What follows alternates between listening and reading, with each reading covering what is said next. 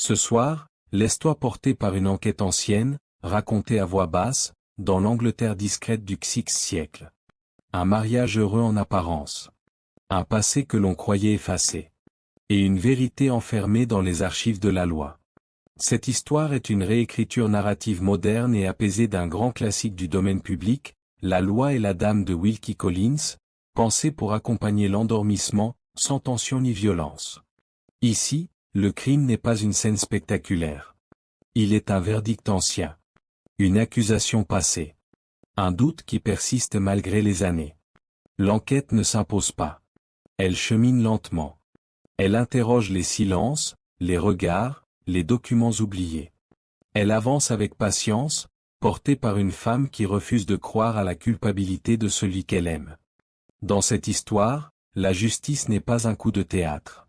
Elle est une quête intime. Un murmure contre l'injustice. Une lumière fragile dans les couloirs du doute. Installe-toi confortablement. Laisse l'histoire se dérouler. Et permets-toi de t'endormir quand tu le souhaites. Valeria Brinton venait d'épouser l'homme qu'elle aimait. C'était un mariage simple. Une cérémonie discrète dans une petite église de Londres. Quelques témoins. Peu de famille. Mais Valeria ne s'en souciait pas. Elle avait Eustace. Et c'était tout ce qui comptait. Eustace Macallan était un homme réservé. Silencieux. Il parlait peu de son passé. Il semblait porter un poids invisible. Mais Valeria avait vu en lui une bonté profonde. Une douceur rare. Elle l'avait aimé dès le premier regard. Ils s'installèrent dans une petite maison à la campagne. Les premiers jours furent heureux. Simples. Ils se promenaient dans les jardins. Ils lisaient ensemble près du feu. Ils construisaient leur vie. Mais Valeria sentait quelque chose.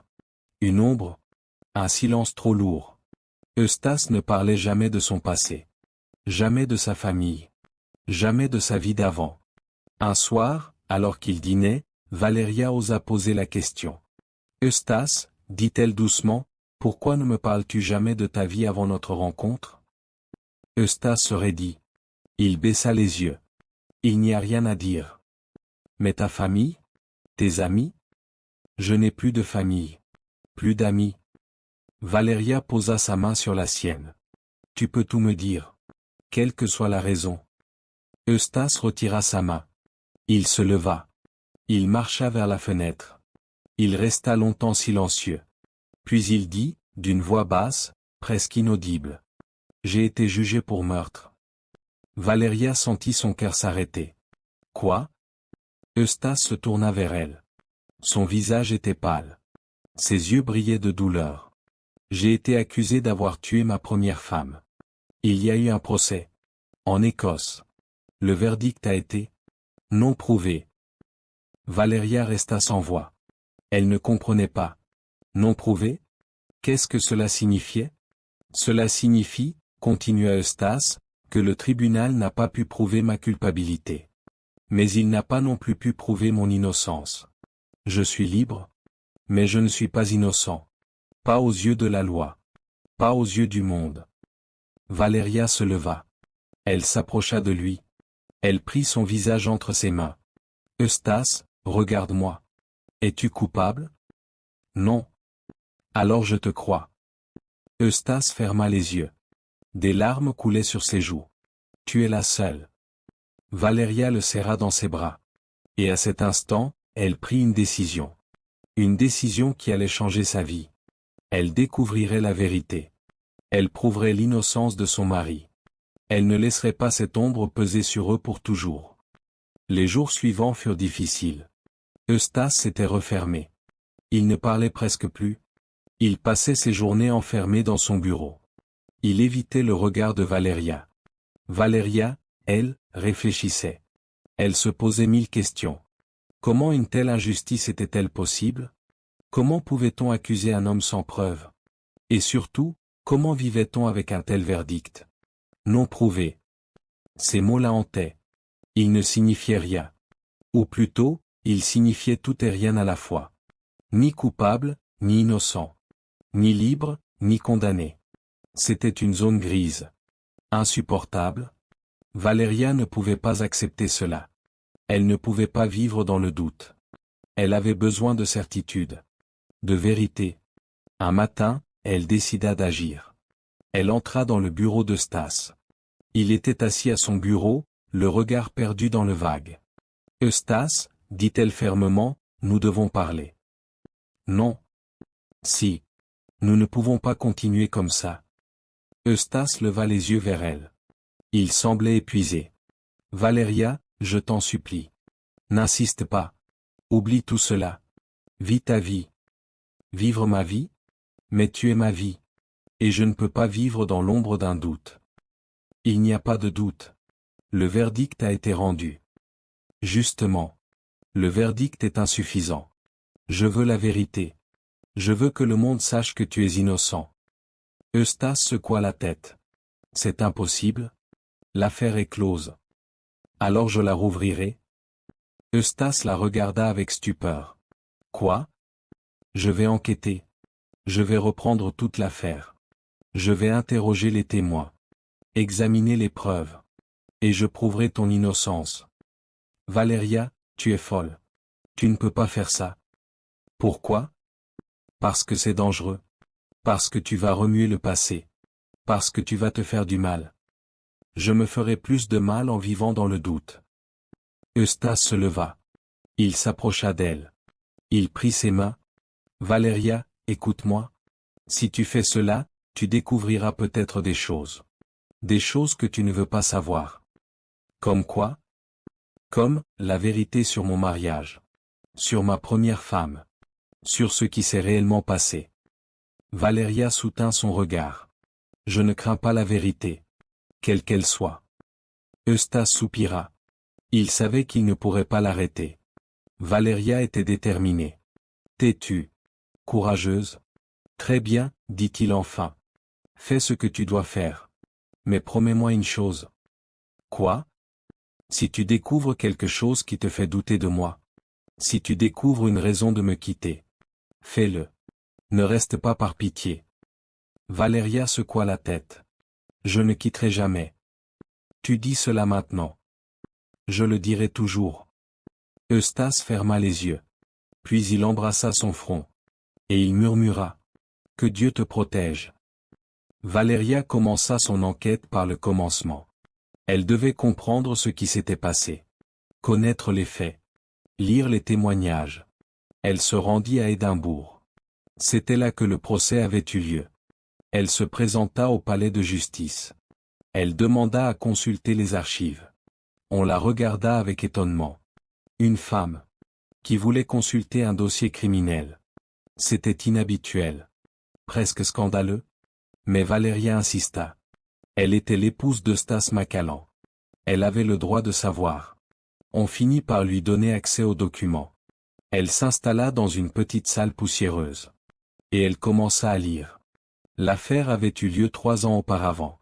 Eustace McCallan avait épousé une jeune femme du nom de Sarah McCallan. Un mariage arrangé. Sans amour. Mais respectable. Sarah était une femme fragile. Nerveuse. Maladive. Elle souffrait de migraines terribles. Elle prenait beaucoup de médicaments. Des préparations à base d'arsenic, prescrites par son médecin. Le mariage avait été malheureux. Eustace et Sarah ne s'entendaient pas. Ils vivaient sous le même toit, mais séparément. Chacun dans son monde. Un jour, Sarah était tombée gravement malade. Elle avait vomi. Elle avait eu des convulsions. Elle était morte en quelques heures. Le médecin avait été appelé. Il avait examiné le corps. Et il avait déclaré que Sarah était morte d'un empoisonnement à l'arsenic. La police avait enquêté. On avait trouvé de l'arsenic dans la chambre de Sarah. Mais aussi dans la chambre de Stas. On avait interrogé les domestiques. Certains avaient rapporté des disputes. Des tensions. Des menaces. Eustace avait été arrêté. Accusé de meurtre. Le procès avait été long. Les témoignages contradictoires. La défense avait soutenu que Sarah s'était empoisonnée elle-même. Volontairement ou accidentellement. Qu'elle prenait trop de médicaments.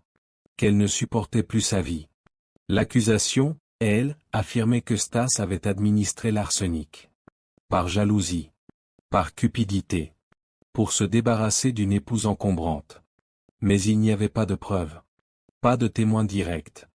Pas de mobile clair. Le jury écossais avait rendu son verdict, non prouvé. Eustace était libre, mais brisé. Valeria referma le dossier. Elle avait les larmes aux yeux. Elle imaginait Eustace. Seul face à ses accusations. Seul face à la mort de sa femme. Seul face au monde. Elle comprenait maintenant pourquoi il ne parlait jamais de son passé. Pourquoi il portait ce poids. Mais elle comprenait aussi une autre chose. Le procès n'avait pas cherché la vérité. Il avait cherché un coupable. Et faute d'en trouver un de manière certaine, il avait laissé planer le doute. Valeria savait ce qu'il lui restait à faire. Elle devait reprendre l'affaire depuis le début. Interroger les témoins. Examiner les preuves. Et découvrir ce que personne n'avait voulu voir. Valeria dressa une liste. Tous les témoins du procès. Tous ceux qui avaient connu Sarah.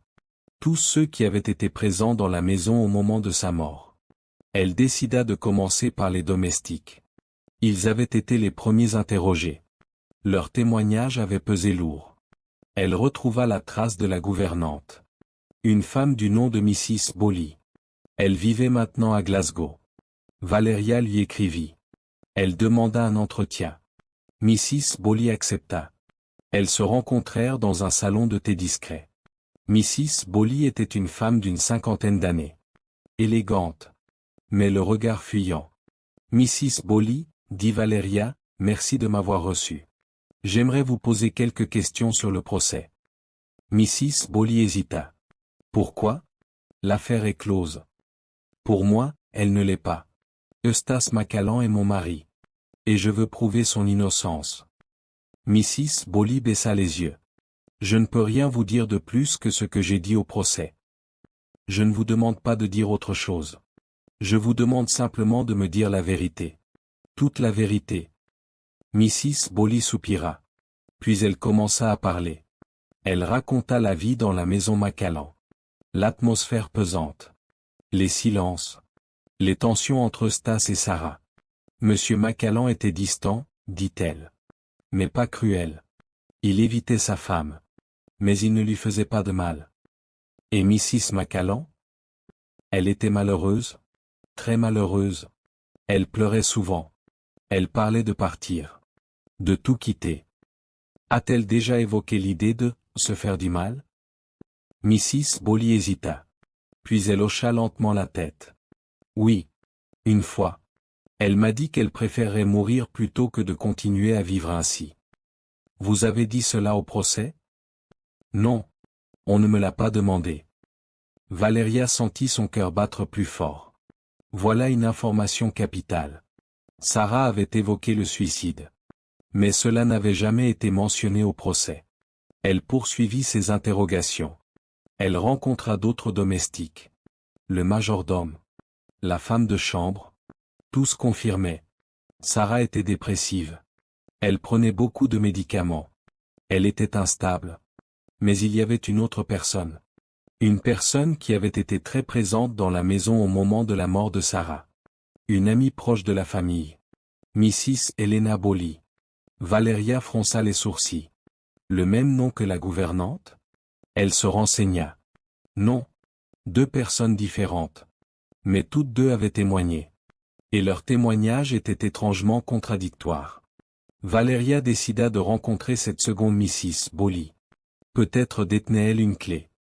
En attendant de pouvoir rencontrer Helena Bowley, Valeria se replongea dans les documents du procès. Elle voulait tout lire. Tout comprendre. Elle étudia les rapports médicaux. Sarah avait été soignée par deux médecins. Le docteur Gall et le docteur Jérôme. Leur diagnostic différait légèrement. L'un parlait d'empoisonnement volontaire. L'autre d'accident. Valeria nota cette divergence. Elle continua à lire. Il y avait aussi des lettres. Des lettres écrites par Sarah. Certaines à des amis. D'autres à sa famille. Valeria les lut attentivement. Et elle découvrit quelque chose de troublant. Dans une lettre écrite quelques semaines avant sa mort, Sarah confiait à une amie qu'elle souffrait terriblement. Qu'elle ne supportait plus sa vie. Qu'elle avait pensé à tout arrêter. Je ne vois plus d'issue. Parfois, Je pense que la seule paix serait dans le sommeil éternel. Valeria sentit un frisson la parcourir. Sarah avait clairement des pensées suicidaires. Mais cette lettre n'avait jamais été présentée au procès. Pourquoi? Elle se renseigna. La lettre avait été découverte trop tard. Après le verdict. Elle n'avait donc pas pu être versée au dossier. Mais cela changeait tout. Si le jury avait eu connaissance de cette lettre, le verdict aurait-il été différent? Eustace aurait-il été totalement innocenté? Valeria continuait à fouiller. Elle examina les relevés de la pharmacie locale. Sarah achetait de grandes quantités d'arsenic. Pour ses traitements, disait-elle. Mais les doses étaient énormes. Bien au-delà de ce qui était médicalement raisonnable. Le pharmacien avait témoigné au procès. Mais son témoignage avait été minimisé. On avait préféré se concentrer sur la présence d'arsenic dans la chambre d'Eustace. Valeria commençait à voir un schéma se dessiner. Le procès avait été biaisé. On avait cherché à accuser Eustace. On avait ignoré les éléments qui pointaient vers un suicide. Mais pourquoi? Qui avait intérêt à faire condamner Eustace? Valeria finit par obtenir un rendez-vous avec Elena Bolli. Cette dernière vivait à Londres. Dans un quartier élégant. Elle était veuve. Riche. Respectée. Lorsque Valeria se présenta chez elle, Elena la reçut avec une politesse glaciale. « Mrs. McCallan, dit-elle en l'invitant à s'asseoir, je ne vois pas ce que je pourrais vous apprendre de plus. J'aimerais simplement entendre votre version des faits. » Elena soupira. Puis elle commença à raconter. Elle avait été une amie proche de Sarah. Elles s'étaient connues dans leur jeunesse. Elles étaient restées proches après le mariage de Sarah.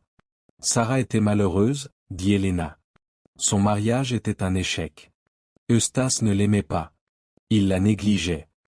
Pensez-vous qu'il aurait pu la tuer? Elena hésita. Puis elle dit lentement. Je ne peux pas l'affirmer. Mais je sais qu'il ne l'aimait pas. Et je sais qu'il aurait tout donné pour être libre. Mais cela ne fait pas de lui un meurtrier. Non. Mais cela en fait un suspect. Valeria observait Elena attentivement. Quelque chose dans son attitude la mettait mal à l'aise. Une sorte de ressentiment. De jalousie, peut-être. Mrs. Bolli, dit Valeria doucement, aimiez-vous Eustace? Elena se raidit. Ses yeux se durcirent. Que voulez-vous dire? Je veux dire, aviez-vous des sentiments pour lui? Elena se leva brusquement. Je pense que cette conversation est terminée. Répondez-moi. Elena la foudroya du regard. Oui. Je l'aimais. Voilà. Êtes-vous satisfaite? Valeria ne s'y a pas. Avez-vous témoigné contre lui par dépit? Parce qu'il ne vous aimait pas? Comment osez-vous? Vous avez dit au procès que vous l'aviez vu manipuler des produits chimiques. Que vous l'aviez entendu menacer Sarah. Était-ce la vérité? Elena ne répondit pas. Mais son silence était éloquent. Valeria comprit. Elena avait menti. Ou du moins, elle avait exagéré. Par jalousie. Par rancœur. Parce que Eustace ne l'avait jamais regardée. Valeria quitta la maison d'Elena Bolli avec une certitude nouvelle. Le procès avait été faussé. Les témoignages avaient été biaisés. Et Eustace avait été victime d'une machination. Pas une machination organisée. Mais une machination née des émotions. De la jalousie. Du ressentiment. Il fallait maintenant trouver la vérité. La vraie vérité. L'enquête de Valeria ne passait pas inaperçue. Les gens parlaient. Les journaux commençaient à s'intéresser à l'affaire. On murmurait que la jeune Mrs. McCallan voulait rouvrir le procès. Les réactions furent violentes. La famille d'Eustace la rejeta. Ses amis lui tournèrent le dos. On l'accusait de remuer le passé. De salir la mémoire de Sarah. De chercher à se faire remarquer. Valeria se retrouva seule. Isolée. Même Eustace semblait distant. Il ne comprenait pas pourquoi elle s'acharnait. Il lui avait demandé d'oublier. Mais elle ne pouvait pas. Un soir, alors qu'elle rentrait chez elle après une journée d'enquête épuisante, elle trouva Eustace dans le salon. Il était assis dans l'obscurité. Il ne leva même pas les yeux lorsqu'elle entra. Eustace? Pas de réponse. Valeria s'approcha. Elle alluma une lampe. Elle vit son visage. Il était pâle. Épuisé. Brisé. Valéria, dit-il d'une voix éteinte, arrête. Je t'en supplie. Arrête tout cela. Je ne peux pas. Pourquoi? Pourquoi t'acharnes-tu? Parce que je t'aime? Parce que je ne peux pas vivre avec cette ombre entre nous. Eustace secoua la tête. Cette ombre sera toujours là. Quoi que tu découvres. Quoi que tu prouves. Le monde ne changera pas d'avis. Peu m'importe le monde. C'est toi qui comptes. Mais moi, je ne compte pas pour moi-même. Valéria s'agenouilla devant lui. Elle prit ses mains. Eustace, regarde-moi. Tu es innocent. Je le sais. Et je le prouverai. Et si tu découvres que je ne le suis pas? Tu le... Mais si? Valéria le regarda droit dans les yeux. Alors je t'aimerai quand même. Eustace ferma les yeux. Des larmes coulaient sur ses joues. Je ne mérite pas ton amour. Ce n'est pas à toi d'en décider. Ils restèrent ainsi, en silence, dans la lumière tremblante de la lampe. Deux âmes brisées. Mais ensemble. Valéria ne se laissa pas décourager. Elle continua son enquête. Elle retourna voir le pharmacien. Elle interrogea les médecins. Elle relut tous les témoignages. Et un jour, elle découvrit quelque chose. Un détail. Un tout petit détail que personne n'avait remarqué. Dans le rapport du docteur Jérôme, il était mentionné que Sarah avait consommé de l'arsenic le jour de sa mort. Mais pas seulement. Elle avait également consommé une grande quantité de laudanum. Un opiacé puissant. Or, le laudanum et l'arsenic, combinés, pouvaient provoquer des symptômes similaires à ceux d'un empoisonnement violent. Et Sarah prenait du laudanum tous les jours. Pour ses migraines. Valéria se rendit chez le docteur Jérôme. C'était un homme âgé, à la retraite. Il la reçut dans son cabinet poussiéreux. « Docteur Jérôme, dit Valéria, je voudrais vous parler du cas de Sarah McCallan. » Le médecin soupira. « Cette affaire m'a hanté pendant des années. » Pourquoi? Parce que je n'ai jamais été certain. Empoisonnement volontaire? Accident? Suicide? Je ne sais pas. Mais vous avez témoigné que c'était un empoisonnement. Oui. Parce que c'est ce que la police voulait entendre. Mais au fond de moi, j'ai toujours eu un doute. Valéria sortit ses notes. Vous avez mentionné la présence de laudanum dans le sang de Sarah. Oui. Quelle quantité? Le docteur Jérôme réfléchit. Une dose très élevée. Anormalement élevée. Suffisante pour provoquer une overdose? Oui. Valéria sentit son cœur battre plus vite. Alors Sarah aurait pu mourir d'une overdose de laudanum. Et non d'un empoisonnement à l'arsenic. Le docteur Jérôme hocha lentement la tête. C'est possible? Oui. C'est même probable. Valéria avait enfin une piste solide. Sarah ne s'était pas empoisonnée à l'arsenic. Elle avait pris trop de laudanum. Volontairement ou accidentellement. Mais dans tous les cas, ce n'était pas Eustace qui l'avait tuée. Il fallait maintenant le prouver. Valéria retourna à Édimbourg. Elle rencontra un avocat. Un homme jeune, brillant, qui accepta de reprendre le dossier. Ensemble, ils reconstituèrent les faits. Ils présentèrent les nouvelles preuves. La lettre de Sarah évoquant le suicide. Le témoignage du docteur Jérôme sur le laudanum. Les déclarations des domestiques sur l'état mental de Sarah. Ils demandèrent la révision du procès. La demande fut acceptée. Le nouveau procès eut lieu 6 mois plus tard. Valéria y assista. Eustace aussi. Il était pâle. Tendu. Mais pour la première fois depuis longtemps, il y avait une lueur d'espoir dans ses yeux. Les témoignages furent repris. Cette fois, avec toutes les pièces du dossier. Le docteur Jérôme expliqua la combinaison fatale de laudanum et d'arsenic. Il expliqua que Sarah avait probablement pris une dose excessive de laudanum. Que cela avait déclenché une réaction violente. Et que l'arsenic présent dans son organisme avait aggravé les symptômes.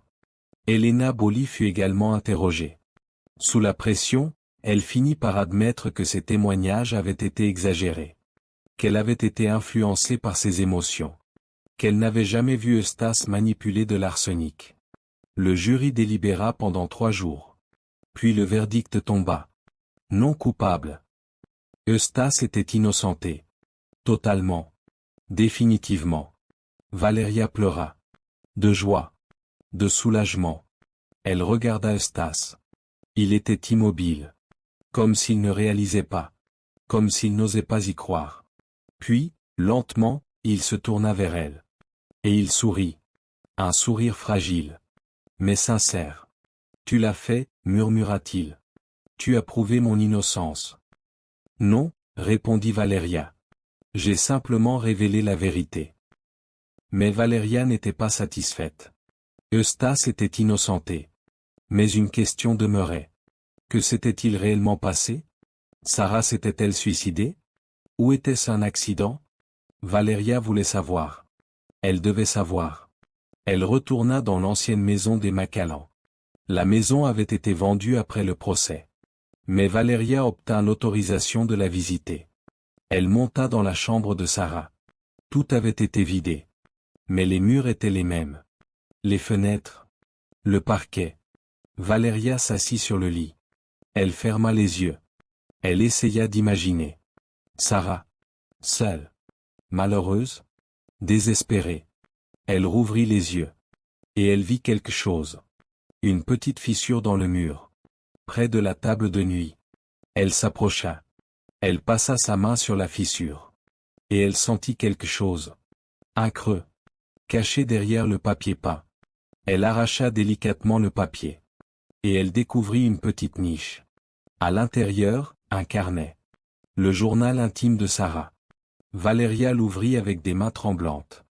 Elle commença à lire. Les premières pages racontaient la vie quotidienne de Sarah. Ses migraines. Ses médicaments. Son mariage malheureux. Puis les pages devinrent plus sombres. Sarah parlait de sa douleur. De son désespoir. De son envie d'en finir. Et enfin, la dernière page. Écrite quelques heures avant sa mort. Je ne peux plus supporter cette vie. Je ne peux plus supporter cette douleur. J'ai décidé d'en finir. Ce soir. Je prendrai assez de laudanum pour ne plus me réveiller. Que Dieu me pardonne. Que Eustace me pardonne. Ce n'est la faute de personne.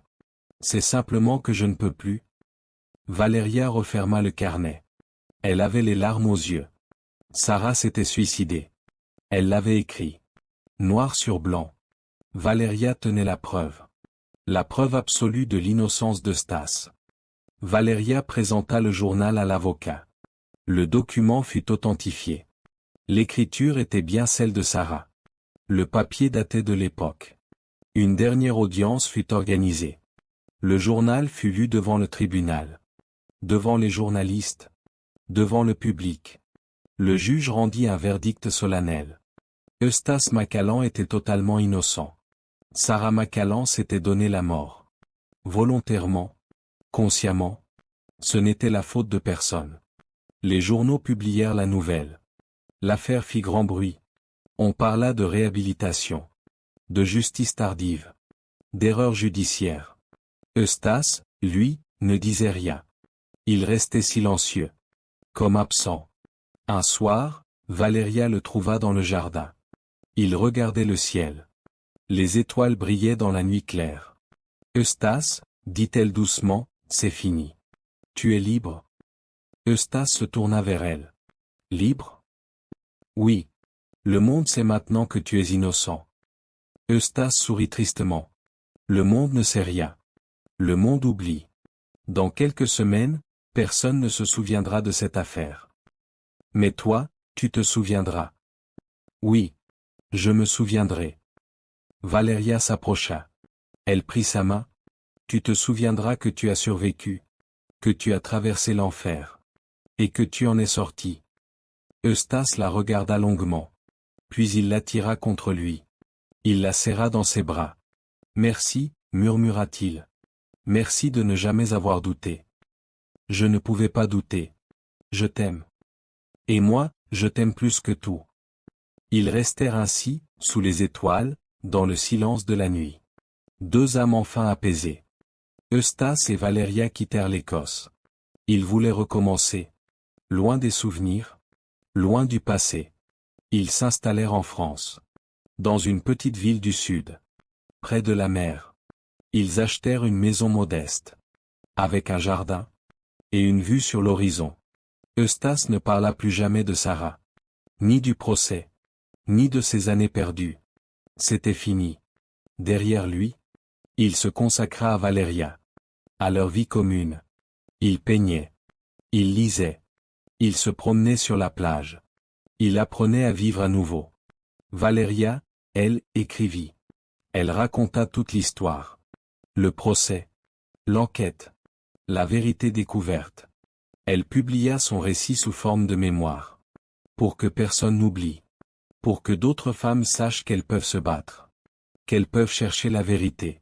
Le livre connut un certain succès. On parla de Valéria comme d'une pionnière. Une femme qui avait osé défier la justice. Qui avait osé chercher la vérité par elle-même. Mais Valéria se moquait de la célébrité. Elle avait ce qu'elle voulait. Eustace. Et la paix. Un an après leur installation en France, Valéria donna naissance à une petite fille. Ils l'appelèrent Clara. Du nom de la mère de Valéria. Clara grandit entourée d'amour. Elle ne sut jamais rien du passé de son père. Elle ne connut que la douceur. La lumière. Le bonheur. Et c'était bien ainsi. Un soir, alors que Clara dormait dans son berceau, Eustace et Valéria s'assirent sur la terrasse. La mer brillait sous la lune. Tout était calme. Tu sais, dit Eustace, je pense souvent à Sarah. Valéria ne dit rien. Elle attendit. Je me demande si j'aurais pu faire quelque chose. La sauver. L'empêcher de commettre l'irréparable. Tu n'aurais rien pu faire. Elle avait pris sa décision. Peut-être. Mais j'aurais pu être plus présent. Plus attentif. Tu n'es pas responsable de sa mort. Je sais. Mais je porte quand même ce poids. Valéria posa sa tête sur son épaule. Alors porte-le. Mais ne le laisse pas t'écraser. Eustace l'embrassa sur le front. Je ne le laisserai pas. Grâce à toi. Ils restèrent ainsi, en silence, dans la douceur de la nuit. Deux âmes qui avaient survécu. Deux âmes qui avaient trouvé la paix. Et quelque part, dans le ciel étoilé, peut-être que Sarah les regardait. Et peut-être qu'elle souriait. Enfin apaisée. Enfin libérée.